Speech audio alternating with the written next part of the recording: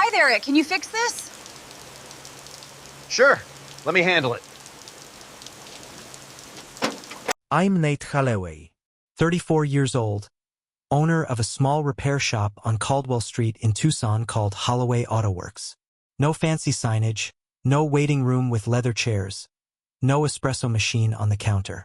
Just cracked concrete floors, the smell of motor oil and old rubber, and fluorescent lights that hum like they're tired of the job. My customers are regular people. Plumbers, rideshare drivers, college kids holding their beat-up Corollas together with hope and prayer. The voice on the other end was tight, controlled, the kind of voice that is used to being obeyed. Something about a board. Something about a deal falling apart. Something about her name showing up in places it shouldn't. Get back to Dallas. Now. Not tomorrow. Now. I set the wrench down slow and quiet. She hung up. The shop went still. I could hear the hum of the fluorescent light overhead and nothing else. When she turned around, her face had shifted into something I hadn't seen before. Not scared exactly. More like a person who has been holding a door closed with both hands for a long time and just felt it start to move. She didn't say anything right away. Just looked at me. I wiped my hands on the rag hanging from my back pocket and waited. Her name was Brooke Calloway. She ran Calloway Meridian, one of the most successful infrastructure firms operating across the Southwest. Not a name most people say out loud, but a name that shows up in business coverage, in signed contracts, in headlines when something big moves. I had seen it once on a screen in a waiting room somewhere and never thought about it again. Until right now, standing in my own shop, looking at a woman I thought I knew, realizing the ground had quietly shifted under my feet. I did not yell. I am not a yelling kind of person. I just said her name like a question. Brooke. She answered it like a confession. She told me she had not meant for it to go this long without saying something. She told me the first day felt too soon and every day after felt too late. She said she had spent years in rooms full of people who looked at her and saw a title, a signature, a number on a balance sheet. She said the moment I charged her $60 and told her she was paying for the fix and nothing else, something in her exhaled for the first time in longer than she could remember. I listened to all of it, and then I told her the truth. I said she had sat right there on that stool and let me talk about Claire. Let me say things out loud that I had not said to another person in 3 years. Things that cost me something to say. And the whole time she knew exactly who she was and I had no idea. That is not a small thing to get over in a single conversation. She did not argue with that. She said if she had told me on day one, everything would have gone different. I would have been careful, guarded, wondering what a woman like her was doing in a shop like mine. She wasn't wrong. But being right about that did not fix the way my chest felt standing there. I told her I needed her to go. She picked up her helmet off the workbench. She looked at me one extra second, like she was deciding whether to say one more thing. Then she pulled the helmet on, walked the Triumph out to the lot, and started the engine. It ran clean and smooth. I had made sure of that myself. She rode out and did not look back. I stood in the open bay and watched the street long after she was gone. Donna from the diner next door leaned out her side window and asked if I was all right. I told her I was fine. She looked at me the way people look when they know better and decide not to push. That night I locked up early and sat in the dark for a long time. 2 weeks went by like standing water. Still heavy, going nowhere. I kept the radio on loud enough to fill the corners. I reorganized the parts shelf twice. I took on more jobs than I should have, staying past 8 every night just to keep my hands busy and my head from going somewhere I didn't want it to go. Donna asked once if my friend was coming back. I said I didn't know. She nodded and brought me a coffee without being asked. The accident did not announce itself. It was a Thursday evening, close to 9. I was the only one in the shop. A customer's Ram 1500 was up on the lift, raised about 4 feet, and I was underneath finishing a control arm replacement. The stands were set. I had checked them. What I had not checked, because it had always been fine, was the hydraulic seal on the left arm of the lift. It gave out without a sound. Just a slow groan of metal and then the left side dropping fast. I tried to roll clear and almost made it. The frame caught my right leg below the knee and my left shoulder took the edge of the crossmember on the way down. The pain went white before it went sharp. I remember thinking clearly that I needed to stay awake. I remember the concrete being cold against my cheek. Donna heard the crash through the shared wall. She came through the side door, saw the situation, and called 911 before she even reached me. She held my hand and talked about nothing, about the weather and a pie she had made that morning, just to keep me focused on her voice until the sirens arrived. Broken tibia, fractured collarbone, torn ligament in the shoulder. The surgeon used words like stabilization and hardware and long-term function, and what she meant was that without the right procedure and a full rehab plan, I would not be turning wrenches the way I used to. For a man whose hands are his entire income, that is not a recovery. That is a cliff. I lay in that hospital bed doing math that didn't work out. Insurance covered the basics. The rest was a number I did not have. On the second night, Donna came and sat in the chair beside the bed. She was quiet for a while. Then she told me she had called Brooke. She said Brooke had given her the number weeks ago and told her to use it without hesitation if anything ever happened to me. I closed my eyes. Donna said she's on her way, Nate.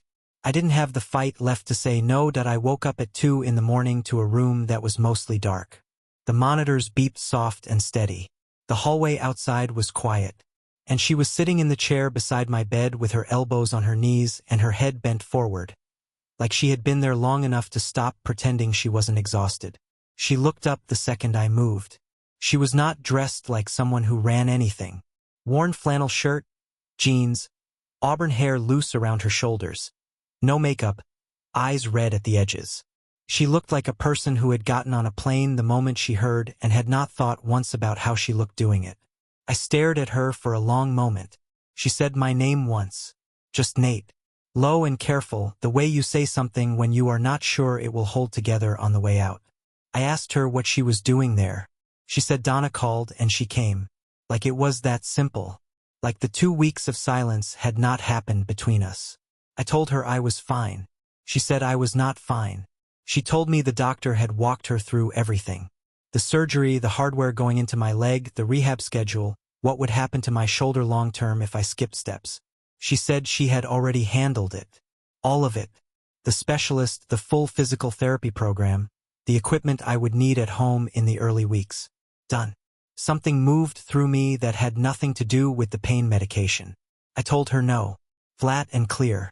I told her I did not need her money making decisions for my body or my shop or my life. She did not raise her voice. She leaned forward and looked at me straight and said she was not doing it to buy anything. Not to settle a debt or patch over what had broken between us 2 weeks ago. She said she had watched her resources fail at the things that actually mattered her entire adult life. Success had given her access and leverage and a calendar full of people who needed something from her. But it had never once handed her a moment that felt like that stool in the shop on a rainy afternoon, learning to gap a spark plug for no reason except that she wanted to. Then she said she loved me. The room went quiet except for the monitors. She kept going.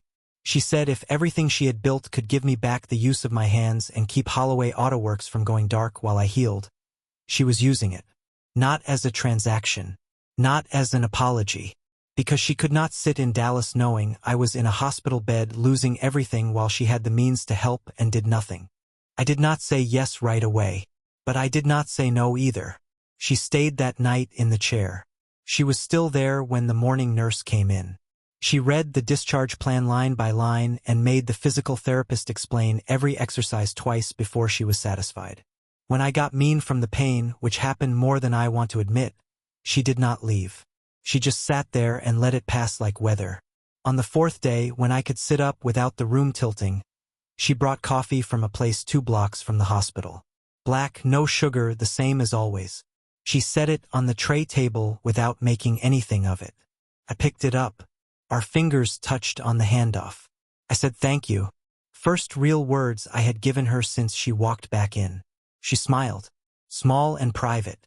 The same one she had given me that first afternoon when I told her she was paying for the fix and nothing else. Recovery took longer than I wanted and asked more than I expected. 3 days a week at physical therapy, exercises that looked like nothing and hurt like everything. I relearned how to put weight on my leg, one slow session at a time. Brooke was at every appointment. She sat in the corner with a book or her laptop and did not hover. But she was always there when I needed water or someone to tell me I wasn't losing my mind for shaking on a balance board. She had rented a furnished place 3 blocks from the shop. 1 bedroom, small kitchen, a window looking out on an alley. She said it was more practical than hotels. I knew she meant she was not going anywhere until I was back on my feet. She worked her board calls from the kitchen table in a button-down shirt and changed back into jeans before the camera finished shutting off. She came to the shop in the afternoons to keep things moving, answering phones, running parts, talking to regulars who were wondering what happened. Donna brought extra coffee just for her. Customers started asking for her by name. One evening in early November, we sat on the front steps of her rental. 2 chairs, a 6-pack, the street going quiet. She had been looking at the pavement for a while before she said it. She had stepped back from the CEO role. Still on the board, still available when needed, but done with the daily weight of running it. She said she had spent years building something large because she thought that was the point. Turns out the point was knowing where you wanted to wake up every morning. I asked her where that was. She reached over and took my hand. Right here, she said. With you.